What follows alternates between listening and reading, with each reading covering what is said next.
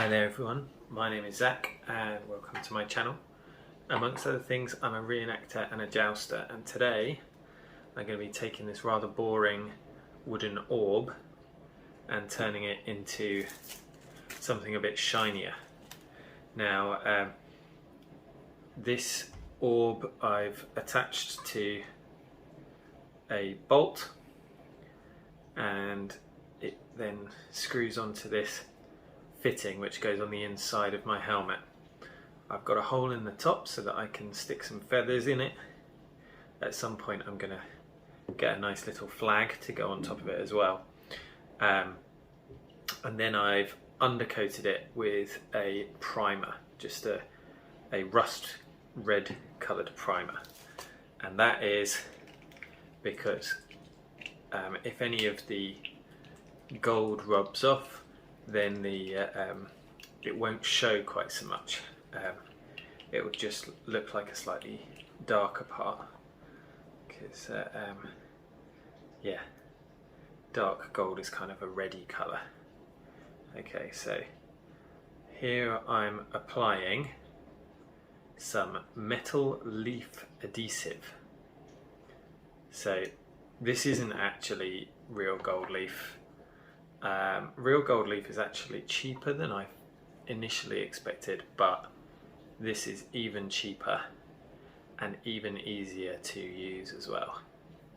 You can see that when this adhesive goes on, it kind of turns into this interesting blue colour.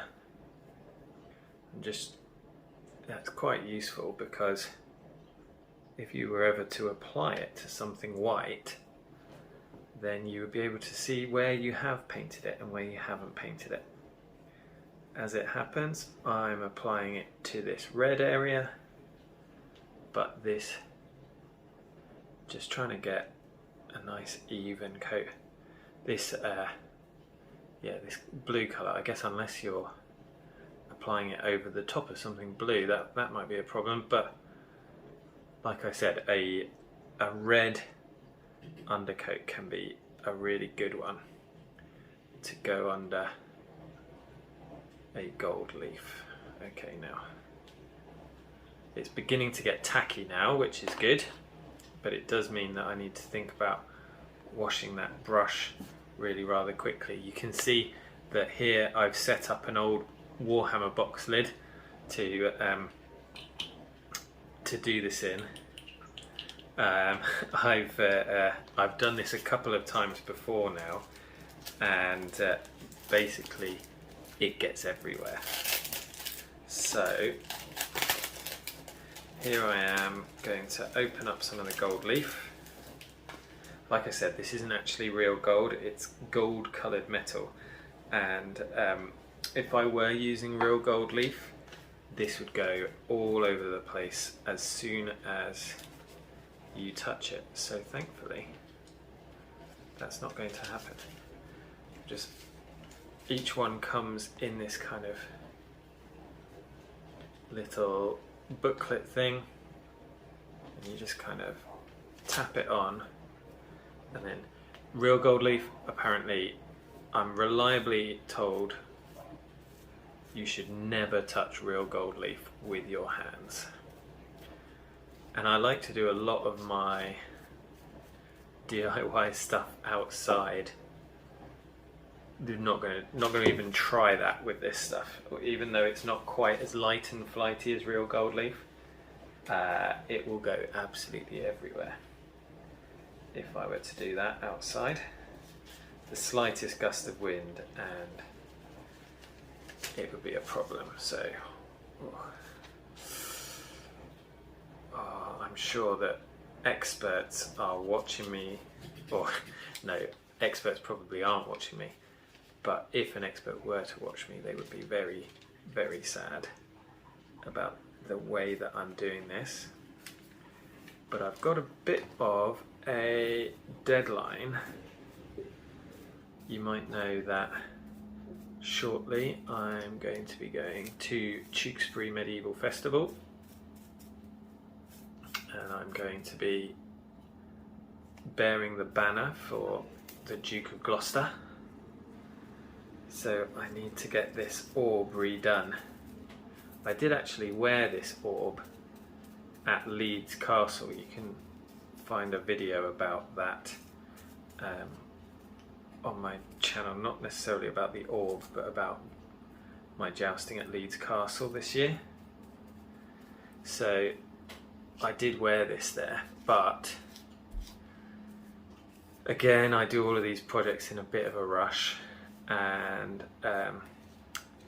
unfortunately I gave it a varnish coat with just the varnish that I had, which was a matte varnish, and it just didn't have the same effect as I'd hoped. So when I got back, I sanded it back down and we're going again. This time I'm not going to varnish it. This time I'm just going to leave it as it is,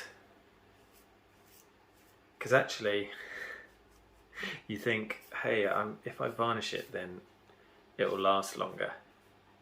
Well, gold leaf isn't going to last when it gets hit by a weapon, whether you varnished it or not, really, unfortunately. So I don't think the varnish particularly would add to its life. So now I'm using an old makeup brush, or rather I should say just a cheap makeup brush. Oh dear, got some gold leaf stuck to my nail there. I should probably have let it dry a little bit longer, because some of this is coming off where I don't really want it to.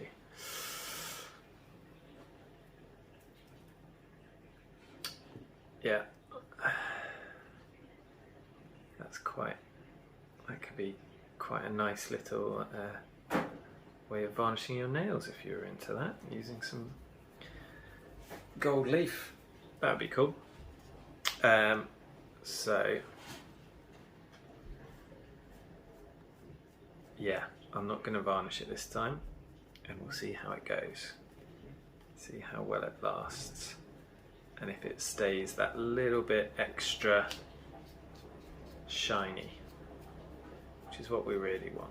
That's why we're doing this. It's so that we can stand out a bit on the battlefield. That's exactly why they did it as well. They paid lots of money to look impressive. I really think that I'm probably doing this too quickly, maybe a bit too roughly. Do you know,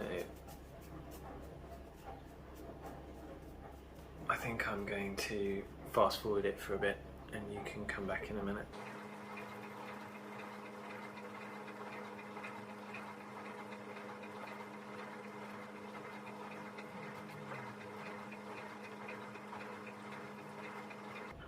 Right, we're getting there. There's more of it is coming off. There are a few places where I've rubbed off a bit too much, but actually I don't think that's going to show too much because I gave it the red undercoat.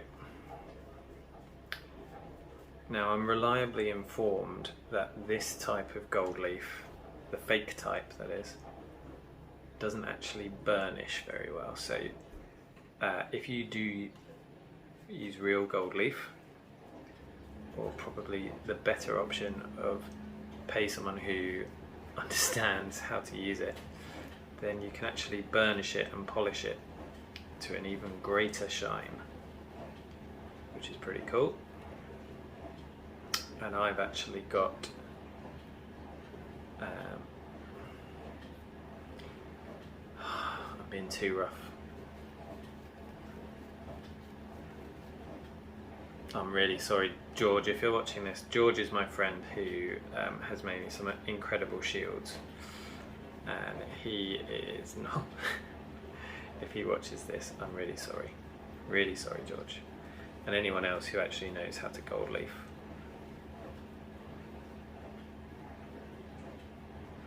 But this should look pretty good from a distance.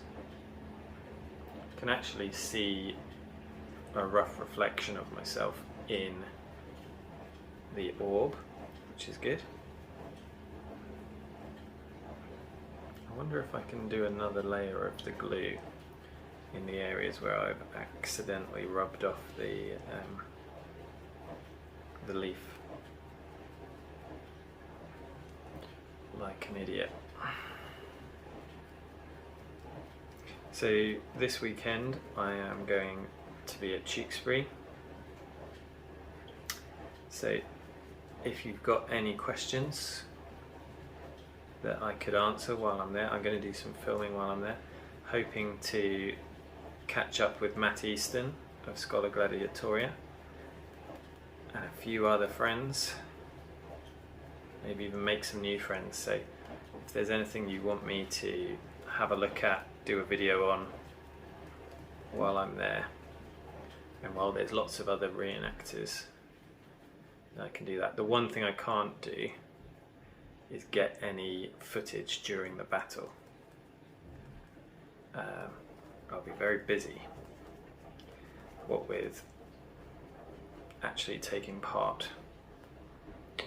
I'm not actually going to be fighting. If you've seen my previous video about my armour and what I'm going to be wearing, I'm carrying the Duke's banner. And the rules of Tewkesbury say that if you're a banner bearer, then you are a non-combatant, so I'm not allowed to fight. Had a good question on that video, which was, if you were a banner bearer, what weapon would you carry? So it's often said that by the 15th century the sword is out of favour as a weapon. It's no longer the primary weapon of the nobility, but that doesn't mean that it's not an effective weapon, and it is still the preferred sidearm for many levels of soldier, both nobility and lower down. So it is still effective. Obviously the nobility you might be able to say, well, the nobility have got it because it's a symbol of their power. Well, that could well be true, but that doesn't explain why all of the lower down people who only have enough money to buy things that are worth buying, why they are all equipped with swords as well. And I think it comes down to basically the sword. I don't know that it was ever the main weapon. I think it was always a sidearm. I think something like a spear that's got a longer reach has always been the main weapon.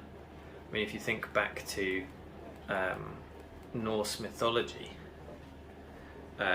Odin carried a spear, right? He didn't carry a sword.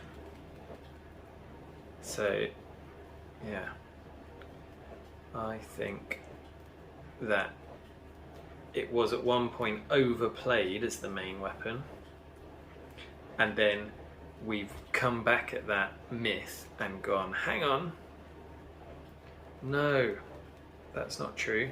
But I think we've now over-corrected ourselves. So this is just a long way of saying, basically, I think as a banner bearer I would probably be armed with a sword. It's possible I could be armed with another one-handed weapon, like what is often in museums and things, they might call it a horseman's hammer or a horseman's axe. There's no reason to say why you wouldn't carry them on foot if you were carrying a banner on foot. It's just basically a way of saying this is a one-handed hammer or a one-handed axe. Right, I think we're about there. Just going to give it one more once over. This is so messy. I'm gonna have to redo this again after the weekend. But it is a lot shinier than it was before. And so that is going to go nicely on top of my sallet, hopefully catch the sun. It's apparently going to be 25 degrees Celsius. Don't know what that is in Fahrenheit, something like 4010.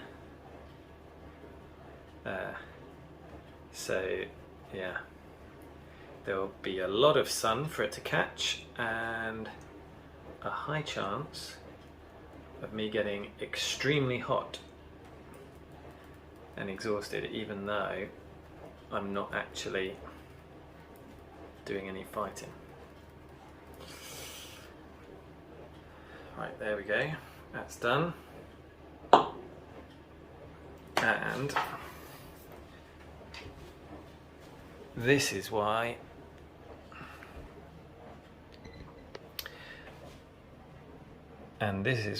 you put something down, because that makes a big old mess. There we go, look at that. You can just see, can't you?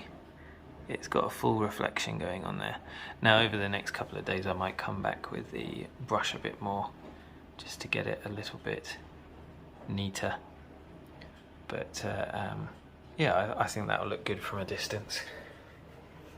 Thank you for joining me for this video. Please do like, share and subscribe, and don't forget to leave any comments or questions you have down below, and I'll see you soon. Thanks guys, bye bye.